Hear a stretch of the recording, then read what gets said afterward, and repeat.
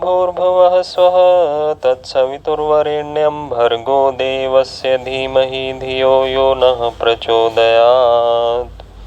आइए वेदवाणी में पुनः आपका स्वागत है। ऋग्वेद के मंत्र पूर्वक आइए चिंतन करते हैं कि हम कैसे अपने प्रिय प्रभु को भेंट दें, कैसे उसकी भक्ति करें, उपासना करें। तो वेद के मंत्र के अनुसार हम पाठ करते हैं। ओम कथा दाशे माग्नये, ओम कथा दाशे माग्नये, कास्मै देव जुष्टोच्यते, कास्मै देव जुष्टोच्यते, भामिने गिहि भामिने गी। यो मर्त्येष्वमृत ऋतावा, यो मर्त्येष्वमृत ऋतावा, होता यजिष्ठ इत्कृणोति देवान्, इत्कृणोति देवान्। मंत्र का शब्दार्थ है कथा अग्नये दाशेम, कैसे अग्रणी परमेश्वर के लिए भेंट दें। अस्मयी भामिने, इस भासमान के लिए, प्रकाशमान के लिए। का देव जुष्टा गिहि उच्यते, कौन सी देव प्रिय व विद्वत सेवित वाणी बोली जाती है। मर्त्येषु अमृतः, मरण धर्मा मनुष्यों के बीच में अमर, ऋतावा सत्य गुण कर्म स्वभाव वाला परमेश्वर, होता सब पदार्थों का दान तथा आदान करने वाला अर्थात सृष्टिकर्ता एवं प्रलयकर्ता ईश्वर। यजिष्ठः, अतिशय दिव्य व शुभ गुण कर्म स्वभाव से संगम कराने वाला। यह इत देवान कृणोति, जो निश्चय ही मनुष्यों को देव व महान बनाता है। तो मंत्र का भावार्थ है, हम परमेश्वर को भेंट चढ़ाना चाहते हैं, पर कैसे भेंट चढ़ाएं और किस वस्तु की भेंट चढ़ाएं। कई संप्रदाय परमेश्वर की मूर्ति बनाकर उस पर पत्र, पुष्प, फल, तोय, मिष्ठान, सुवर्ण, वस्त्र आदि की भेंट चढ़ाते हैं। पर ईश्वर तो अकाय है, निराकार है। वेदों में ऐसा कहा गया कि ईश्वर का कोई शरीर नहीं है, ईश्वर अकाय है। ईश्वर निरवयव है, उसमें कोई अंग नहीं है, इंद्रियां नहीं है। ईश्वर अमूर्त है, अशरीर है, शरीर से रहित है। क्योंकि जो सर्वव्यापक होगा तो फिर कोई ऐसा नहीं हो सकता कि वह शरीरधारी हो, एक ही देश तक सीमित हो। तो सर्वव्यापक तो अशरीर ही होना चाहिए, अन्यथा शरीर के रहित होना असंभव है। और है, यदि कहें तो कि भी ईश्वर एक शरीर को धारण करता है तो यह भी असत्य है, क्योंकि ईश्वर सारे संसार को उसने धारण किया हुआ है। सारा संसार उस पर ही टिका हुआ है, वह सर्वाधार है, सर्वेश्वर है, अंतर्यामी है, हमारे अंदर भी विद्यमान है। क्योंकि शरीर सहित होता तो हमारे अंदर कैसे विद्यमान होता। तो जो निराकार निरवयव वस्तु है वही सर्वव्यापक, उसका होना संभव है। इसलिए जो अकाय है, निराकार है, हम उसकी मूर्ति कैसे बनाएं, कैसे उसका शरीर अथवा कोई जड़ साकार शरीर कैसे बनाएं जो सब जग को खिलाने वाला है। हम उसे फल, मिष्ठान आदि कैसे खिलाएं। तो ईश्वर को तो वेदों में कहा गया कि वह अन्न दाता है, अन्न को देने वाला है, परंतु हम ही उसको भेंट देते हैं। तो यह कैसे संभव है, क्योंकि ईश्वर तो दाता है, वह लेने वाला नहीं है कि हमसे भोग की वस्तुएं ले। ईश्वर भोग से परे है, तो उसके लिए तो सच्ची भेंट भक्ति की भेंट ही है। परंतु कौन सी वाणी से हम उसका गुणगान करें, उसकी भक्ति करें, स्तुति करें, प्रार्थना करें। मुनिजन उसकी मौन आराधना कर लेते हैं, किंतु हमारे अंदर तो मौन आराधना का सामर्थ्य भी नहीं है। अतः वाणी का प्रयोग तो करना ही होगा। अतः आओ हम देवजुष्टा व देवों को प्रिय अथवा विद्वत सेवित वेदवाणी का प्रयोग करें। देवजुष्टा वाणी में सामवेद का अथवा साम का संगीत होता है। उस वाणी में ऋग्वेद व ऋचा की पवित्रता होती है। भामी व भास्वान परमेश्वर उसी वाणी से रिझता है, प्रसन्न होता है। पवित्र हृदय से निकली हुई वही वाणी ईश्वर आराधन की क्षमता रखती है, क्योंकि वही वाणी ईश्वर के वास्तविक स्वरूप को प्रकट करती है और साथ ही वह ईश्वर प्रदत्त भी है। तो वेद की वाणी से ईश्वर का गुणगान करना चाहिए, क्योंकि वेद में ईश्वर के गुण कर्म स्वभाव बताए हुए हैं कि कैसा वह ईश्वर है। तो जैसे उसके गुण हैं वैसे ही उसके विषय में बोलना चाहिए, अपनी ओर से मिलावट नहीं करनी चाहिए। तो वेद की वाणी ईश्वर के द्वारा प्रदत्त भी है, तो जो ईश्वर के द्वारा प्रदत्त है स्वयं, तो उसमें कोई त्रुटि नहीं होगी कि वह कोई गलत बात हमें बताए। तो वेदों में जो भी है सत्य है, क्योंकि वह ईश्वर के द्वारा प्रदत्त है। तो आइए हम वेद की वाणी के द्वारा ईश्वर के गुण, कर्म और स्वभाव का चिंतन करें और उसी वाणी से उसे उसकी स्तुति करें, प्रार्थना करें, उपासना करें कि जिससे वह प्रसन्न हो, क्योंकि जो सत्य कथन है उसी से ही मनुष्य है, तो क्या ईश्वर भी उससे ही प्रसन्न होता है। तो इसी के साथ भी हम हृदय से अपने मन को पूर्ण रूप से उसमें लगाकर ईश्वर की स्तुति करें, क्योंकि ऊपरी मन से की हुई स्तुति वाणी परमेश्वर को प्रिय नहीं होती। और इसके साथ ही हम उस वाणी से केवल ईश्वर को चाहें, सांसारिक वस्तुओं की कामना ना करें। सांसारिक वस्तुएं तो कर्म से मिल ही जाएंगी, लेकिन भक्ति नहीं मिलेगी। तो भक्ति के लिए तो फिर वेद की वाणी से उसका गुणगान करना होगा, बिना किसी इच्छा के कि हमें ईश्वर ही चाहिए, कोई और वस्तु नहीं चाहिए। तो जो ईश्वर को चाहता है तो वह सांसारिक वस्तुएं उससे नहीं मांगता है। यद्यपि वह सारे संसार का स्वामी है, तो उससे मांगना भी कोई गलत नहीं है, परंतु हम मुख्य रूप से ही पहले ईश्वर को चाहें। तो जब ईश्वर को चाहेंगे तो ईश्वर तो सारे संसार का स्वामी है, तो हमें संसार की वस्तुएं भी प्राप्त होंगी। संसार की वस्तुएं हमें चाहिए क्योंकि शरीर का पालन करना है, परंतु उसी को ही सब कुछ नहीं मान लेना चाहिए। ईश्वर से ईश्वर को ही मांगना चाहिए, क्योंकि जो संसार का स्वामी है तो फिर हमें वो वस्तुएं भी प्राप्त हो ही जाएंगी, जैसे जैसे हम अपना पुरुषार्थ करेंगे, कर्म करेंगे। तो जिस परमेश्वर के लिए हम देव जुष्टा वाणी बोलना चाहते हैं, उसका स्वरूप हमें जान लेना चाहिए। और इसी वेद मंत्र में बताया गया कि वह ईश्वर मरण धर्माओं के बीच में अमर बनकर बैठा हुआ है, अर्थात वह जन्म और मृत्यु के चक्र में नहीं आता, जैसा कि लोग मांगते हैं कि ईश्वर आएगा और जन्म लेगा और फिर मरेगा। लेकिन इसमें स्पष्ट कहा गया कि मर्तेषु अमृतः, कि वह मरण धर्मा मनुष्य के बीच में अमर है। वह मनुष्यों की तरह जन्म नहीं लेता और मरता नहीं है। तो यह जान लेना चाहिए कि ईश्वर अमर है। ईश्वर शरीर धारण रूप जन्म को और शरीर त्याग रूप मृत्यु को नहीं प्राप्त होता, क्योंकि वह तो पहले ही सर्वत्र बैठा हुआ है। कि वह आएगा और जाएगा ऐसा संभव नहीं है। सर्वव्यापक होने से वह सर्वत्र विद्यमान है, हमारे अंदर भी बैठा हुआ है। तो वह ईश्वर ऋतावा है, सत्य व उत्तम गुण कर्म स्वभाव युक्त है।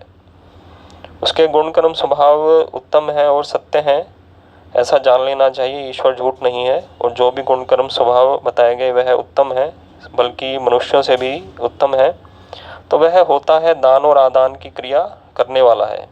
तो क्या देता है ईश्वर? वह सृष्टि के आरंभ में सकल पदार्थों को उत्पन्न कर उनका हमें दान देता है। और क्या लेता है? जो दिया था उसी को ही वापस ले लेता है, क्योंकि जब प्रलय काल होता है तो सब जग प्रपंच को वह प्रकृति के गर्भ में लीन कर देता है, क्योंकि प्रकृति से ही वह जगत को बनाता है और फिर प्रकृति में ही उसको लीन कर देता है। तो इसलिए उसको कहा गया प्रलय, कि वो लीन हो गई है, वो लय हो गई है। जहाँ से वह उत्पन्न हुई थी उसी में उसको लीन कर देता है। जो कि स्थूल रूप थी उसको फिर सूक्ष्म अवस्था में लेकर आ जाता है। जो कि कार्य रूप प्रकृति होती है उसे अपने कारण रूप में ले आता है। तो वह ईश्वर यजिष्ठ है, वह संगम कराने वाला है। तो वह क्या संगम करता है? वह अणु अणु में संगम कर सब पदार्थों को रचता है, क्योंकि जब पदार्थ रचे जाएंगे तो अणुओं में संगम होएगा, उनको जोड़ा जाएगा।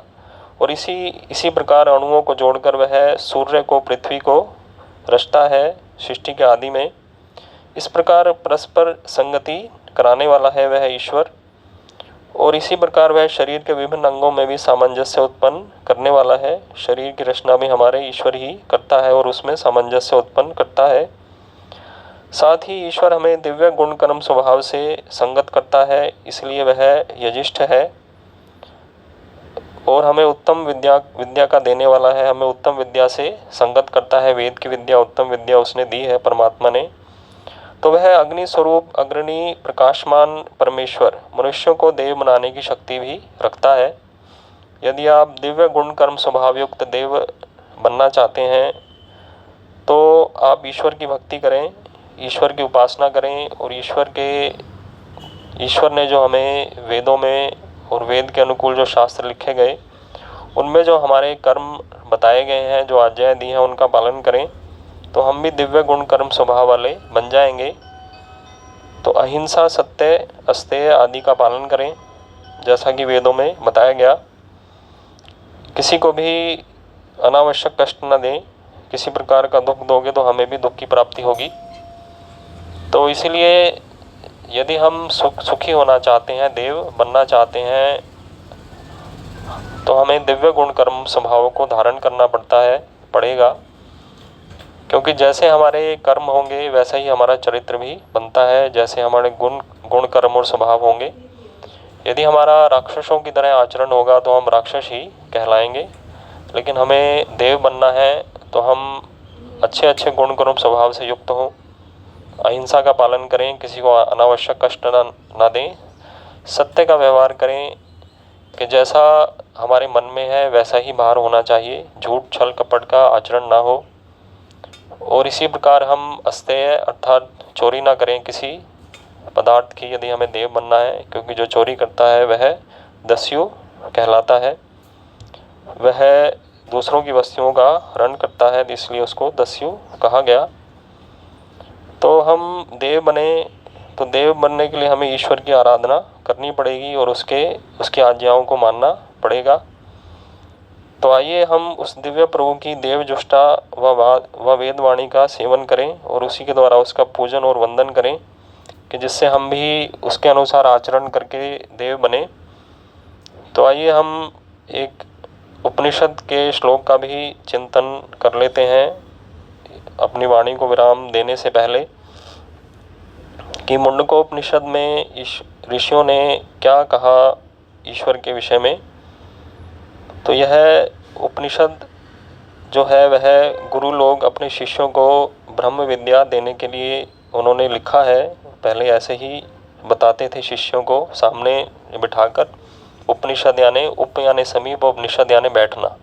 तो पहले शिष्य लोग गुरुओं के समीप बैठकर ब्रह्म विद्या को प्राप्त करते थे। तो उसी को ही आज वही विद्या हमारे पास श्लोक रूप में है, तो उसी को उपनिषद कहा गया। तो एक मुंडकोपनिषद है, उसमें एक श्लोक है, आइए उसका पाठ करते हैं। दिव्यो हयमूर्तः पुरुषः, दिव्यो हयमूर्तः पुरुषः, स बाह्याभ्यन्तरो हयजः, सः बाह्याभ्यन्तरो हयजः, अप्राणो हयमनः शुभ्रो, अप्राणो हयमनः शुभ्रो, हयक्षरात् परतः परः, हयक्षरात् परतः परः। तो इसका अर्थ है दिव्यः ही अमूर्तः, कि ईश्वर जो है वह दिव्य है, दिव्य गुण कर्म स्वभाव वाला है, उत्तम गुण कर्म स्वभाव वाला है, और वह निश्चय से ही अमूर्त है, वह मूर्ति से रहित है, उसकी कोई मूर्ति नहीं है। वेदों में भी कहा गया ना तस्य प्रतिमा अस्ति, ईश्वर की कोई प्रतिमा नहीं है और ना ही वह मूर्ति की तरह जड़ स्वभाव वाला है, परंतु चेतन स्वरूप है, ज्ञानवान है, सारे संसार को जानता है, उसी के द्वारा संसार रचा गया है और सभी प्राणियों के अंतःकरण को भी जानता है कि वह उसके मन में क्या है, वह अंतर्यामी है। तो ईश्वर को सर्वज्ञ कहा गया, परंतु कोई जड़ वस्तु सर्वज्ञ हो नहीं सकती है। कोई पत्थर या पत्थर से बनी हुई कोई भी प्रतिमा, उसके अंदर ज्ञान नहीं होता है, अनुभूति नहीं होती है, कोई शिक्षा नहीं होती है, लेकिन ईश्वर शिक्षा देने वाला है, हमारे ऊपर शासन करने वाला है, शासित करता है और वेद की विद्या का दान करता है। तो ईश्वर ज्ञानवान है, यदि स्वयं ज्ञानवान ना होता तो हमें कैसे वेदों का ज्ञान देता।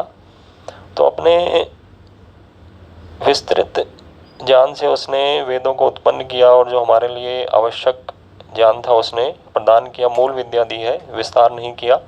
तो विस्तार इसके बाद ऋषियों ने वेदों को पढ़कर किया, जैसे कि मुंडकोपनिषद में भी ऋषि जो है वह वेद की वाणी का विस्तार कर रहे हैं, कह रहे हैं कि ईश्वर दिव्य गुण कर्म स्वभाव युक्त है और उसकी कोई मूर्ति नहीं है, वह अमूर्त है। तो कहा सह बाह्याभ्यंतरो हयजः, कि वह सभी संसार की वस्तुओं और प्राणियों के बाहर और भीतर विद्यमान है। बाह्य यानी बाहर और आभ्यंतर यानी भीतर। तो ईश्वर के बारे में कहा गया कि वह सर्वव्यापक है, वह बाहर भी है और भीतर भी है, हमारे बाहर और भीतर, और इस संसार के बाहर भी और भीतर भी है।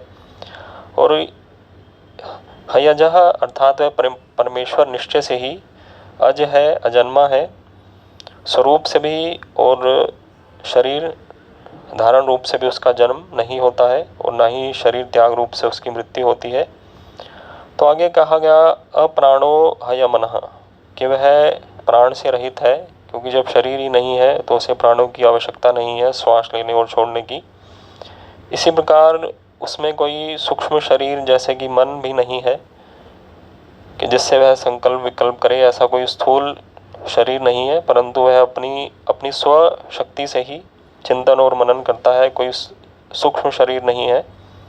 ऐसे ही कहा गया कि वह ईश्वर शुभ्रो हयक्षरात् परतः परा, कि वह शुभ्र यानी शुद्ध स्वरूप है, उसमें किसी भी प्रकार का पाप नहीं है, वह पवित्र है और प्रकाशमान है, अंधकार से रहित है, अंधकार और अविद्या से रहित वह शुद्ध स्वरूप प्रकाशमान है। और कहा गया कि वह निश्चय से ही अक्षर से भी परे है। अक्षर यानी जो कि कशर होती है, जो नाशवान होती है प्रकृति, वह उससे भी भिन्न है।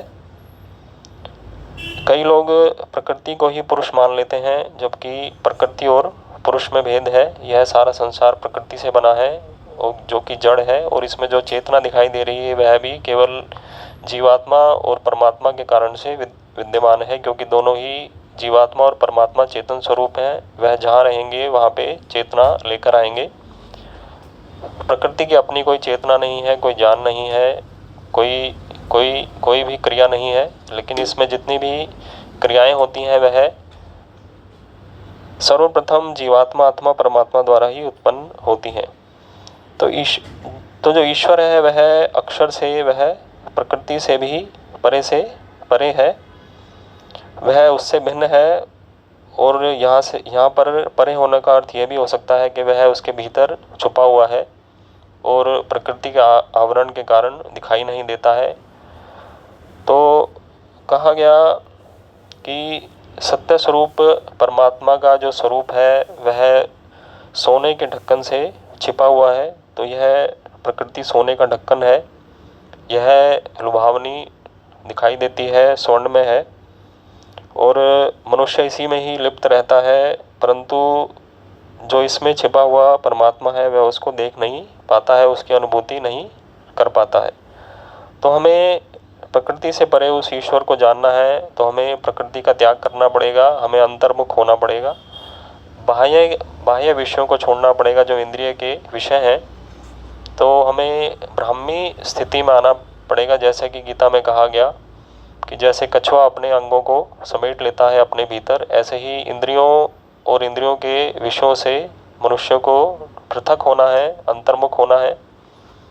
और अंतर्मुख होगा, बाह्य विषयों को छोड़ेगा और अंतरात्मा में परमात्मा का चिंतन करेगा, तो वह ईश्वर का साक्षात्कार कर पाएगा। तो इसलिए आइए हम भीतर मुड़ें कि जिससे उस ईश्वर का साक्षात हो, ध्यान योग करें, और जो योग है अष्टांग योग है उसका पालन करें। यम नियम आसन प्राणायाम प्रत्याहार धारणा ध्यान और समाधि से उसका प्रत्यक्ष होगा। तो ध्यान लगाएं, पहले धारणा करें, किसी एक आंतरिक स्थान में अपने मन को टिकाएं, आज्ञा चक्र अथवा नासिका का अग्रभाग। तो आँखों को बंद करें और आंतरिक शक्ति से ही इन स्थानों पर ईश्वर का चिंतन करें, क्योंकि यहाँ ये सभी जो स्थान हैं वह आत्मा के विद्यमान से चेतन हो जाते हैं। तो यह जो चेतन स्थान है, जो हमारे जहाँ पर चक्र होते हैं वहाँ पर ईश्वर का ध्यान करें। जैसे जहाँ पर हमारा आज्ञा चक्र है, यह विशेष स्थान बताया गया है ईश्वर के मनन के लिए। गीता में भी कहा गया कि दोनों आँखों के जो मध्य में, दोनों भ्रुवों के मध्य में जो स्थान है वहाँ पर ईश्वर का चिंतन करें। तो उसके लिए आँखों को बंद करना होगा और यहाँ पर अपने ध्यान को टिकाना होगा। फिर धारणा करने के बाद उस स्थान पर ईश्वर का चिंतन करें, उस सर्वव्याप्त ईश्वर का, क्योंकि वह अंदर भी बैठा है, तो वहाँ ही उसका दर्शन होगा। ईश्वर बाहर भी है, लेकिन शास्त्रों के अनुसार उसका जो दर्शन है, साक्षात है, वह भीतर ही होता है। कहा गया कि आत्मा में ही परमात्मा का दर्शन होता है। तो जब हम अंतर्मुख जाएंगे तो आत्मा के समीप हो जाएंगे, अपने आप के समीप होंगे, और फिर वहीं उसी आत्मा में जो ईश्वर बैठा हुआ है उसका प्रत्यक्ष हमें होगा। तो कहा गया योगश चित्त वृत्ति निरोध, कि योग क्या है? चित्त की वृत्तियों का निरोध करना है। यह जो चित्त की वृत्तियां बाहर संसार में भटक रही हैं उनको वहां से रोकना है और अंतर्मुख करना है। तो यह सीधा सीधा सा अर्थ है कि योग का मतलब है कि हमारी जो वृत्तियां हैं, जो हम हमारे मन में संकल्प विकल्प उठ रहे हैं संसार के विषय में, तो उनसे हटना होगा। तो पहले अपनी इंद्रियों को वहाँ से रोकना होगा, और जैसे कि नेत्रों को बंद करना और कानों से सुनना मनुष्य छोड़ दे और अंतर्मुख होके अंतर्मुख ही सुने और देखे, तो तब ईश्वर का साक्षात होगा, उसकी अनुभूति होगी। तो कहा गया तदा दृष्टु स्वरूपे अवस्थानम, कि जब वह मनुष्य योग द्वारा अपनी चित्त की वृत्तियों को रोक देता है, जो सांसारिक जो चिंतन है, और अंतर्मुख होता है, तो फिर उसे ईश्वर जो कि दृष्टा है, देखने वाला है, उसके स्वरूप का उसे बोध होता है, उसमें अवस्थिति होती है मनुष्य की। तो आइए हम योग में अवस्थित हों, ईश्वर में अवस्थित हों, तो उसके लिए योग लगाएं। योग यानी जुड़ना, ईश्वर से जुड़ना, तो अंतर्मुख होकर जुड़ना है, क्योंकि बाहर हम ईश्वर को प्राप्त कर नहीं पाएंगे। तो अंतर्मुख होकर ही हम उससे अच्छे प्रकार से जुड़ेंगे, उसकी उपासना कर पाएंगे, उसके समीप बैठ पाएंगे। उपासना या उप यानी समीप और आसना यानी बैठना। तो ईश्वर हमारे नज़दीक ही है, हमारे अंतर ही है, तो हम वहीं उससे मिलें, क्योंकि बाहर उसका दर्शन नहीं होगा। जैसा कि शास्त्रों में कहा गया कि योगश चित्त वृत्ति निरोधः, चित्त की वृत्तियां रोकनी पड़ेंगी जो बाहर जा रही हैं, और उन्हें अंतर्मुख करना होगा, प्रत्याहार करना पड़ेगा। प्रत्याहार यानी जो आहार जो हम बाहर से ले रहे हैं, इंद्रियों के विषयों को प्राप्त कर रहे हैं, दर्शन, स्पर्श आदि, और जो हम श्रवण कर रहे हैं, उनसे हटकर हमें वापस प्रतिहार यानी अंदर की तरफ आहार लेना होगा। तो अंदर का आहार परमात्मा है, अंदर जो विषय है हमारे लिए परमात्मा है, तो उस विषय का हमें सेवन करना है। और प्राणायाम द्वारा भी हमें अपने मन को वश में करना है, बाह्य वृत्ति छोड़नी है। तो प्राणायाम करेंगे तो मन भी रुकेगा, प्राण के रुकते ही, और मन जब बाहर के विषयों से रुक जाएगा तो उसमें तो फिर परमात्मा का दर्शन होगा। यही प्राणायाम का फल है। कहा गया ततः कशीयते प्रकाश आवरणम, कि जो ईश्वर के प्रकाश को ढक रहा है, जो प्रकृति का आवरण है और जो विषयों का आवरण है, वह हट जाएगा प्राणायाम से, और फिर हमें ईश्वर के शुद्ध स्वरूप, प्रकाश स्वरूप का दर्शन होगा। तो इन्हीं शब्दों के साथ मैं अपनी वाणी को विराम देता हूँ। मैं आशा करता हूँ कि आप भी योग के माध्यम से ईश्वर को प्रत्यक्ष करेंगे, ध्यान लगाएंगे, समाधि लगाएंगे, और उसके ईश्वर के स्वरूप में लीन होकर उसके आनंद स्वरूप का बोध करेंगे। ओम शम।